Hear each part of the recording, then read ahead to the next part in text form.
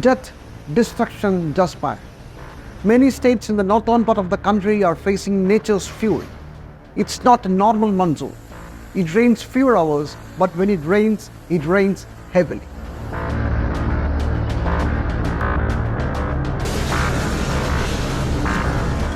But just 2 weeks ago, this was not the case. In fact, it was just the opposite. North India was reeling under heat waves.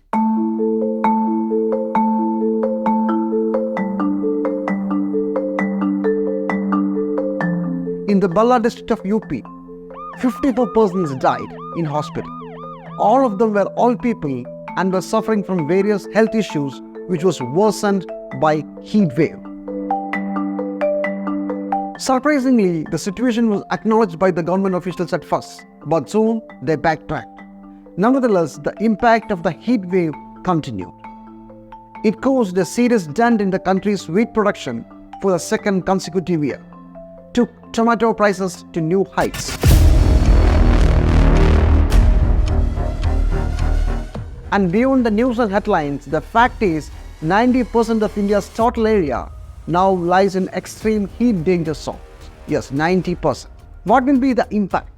Remit Debnath, a Cambridge scholar who led a study, tells this. A 15% decline in outdoor working capacity.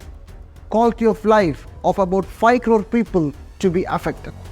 Loss of 2% of GDP by 2050.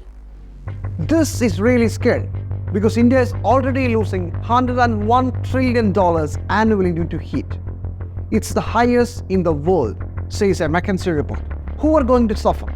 Crop failures will certainly affect the farmers, but even otherwise also, it's the poor who are disproportionately overexposed to extreme conditions of the weather, of the climate.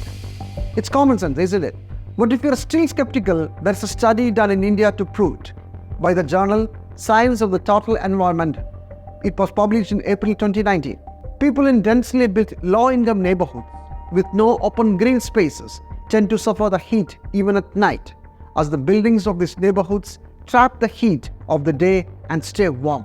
Another study, the cumulative cost of 2005 floods in Mumbai, the most infamous one, was much greater for the poor as a proportion of their income than when compared to the rich, because the poor had to repeatedly spend on repairs to their small homes, huts. If such statistics are not making you jittery, let me talk of deaths.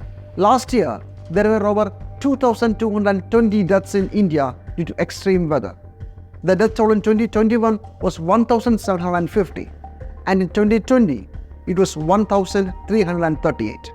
And for 2023, the count has just begun in the hills and plains of North India. What's causing the globe to heat up? I'm sure you have heard of it. The rising carbon emissions, starting from thermal power plants. There are many more. And who causes it more?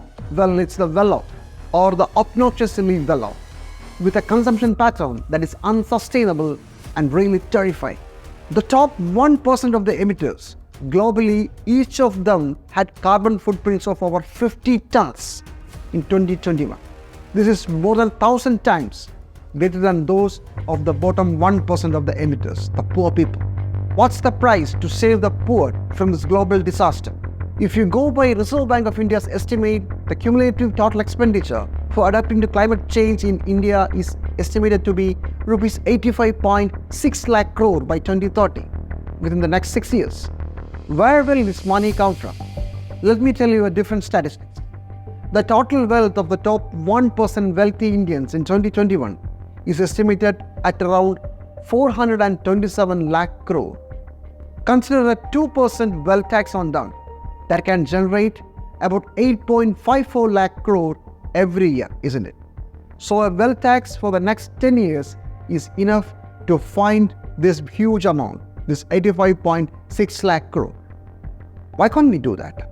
So to address the food insecurity, health expenditure and other welfare measures which the climate crisis is demanding, we have the money.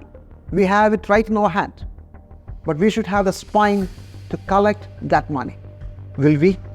Meanwhile, the mass deaths reported from the Bella hospital last month, the recent floods, all these are not going to end, but it will worsen day by day.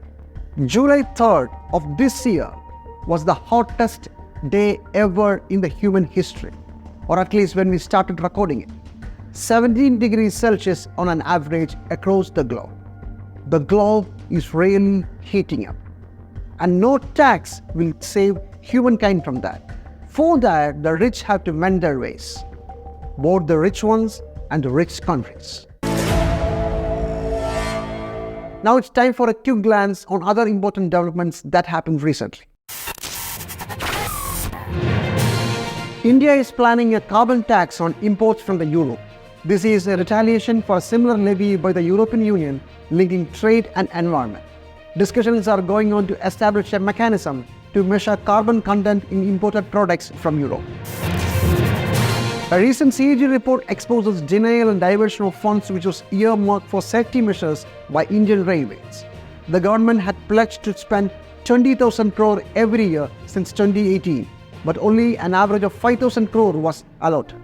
The audit report further reveals that even purchase of foot massagers, winter jackets and computers for the railway officials were made from this fund.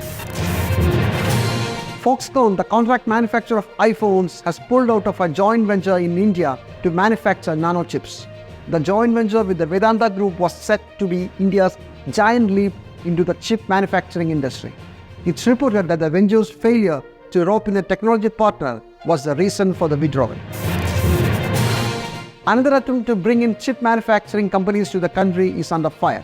The deal with the US company Micron is criticized as just a chip packaging unit with no real use of technology. Nevertheless, 70% of the cost will be borne by the country, 50% by the union government, and 20% by the Gujarat government, where the facility is coming up. Well, that's all from us. Goodbye till we meet again.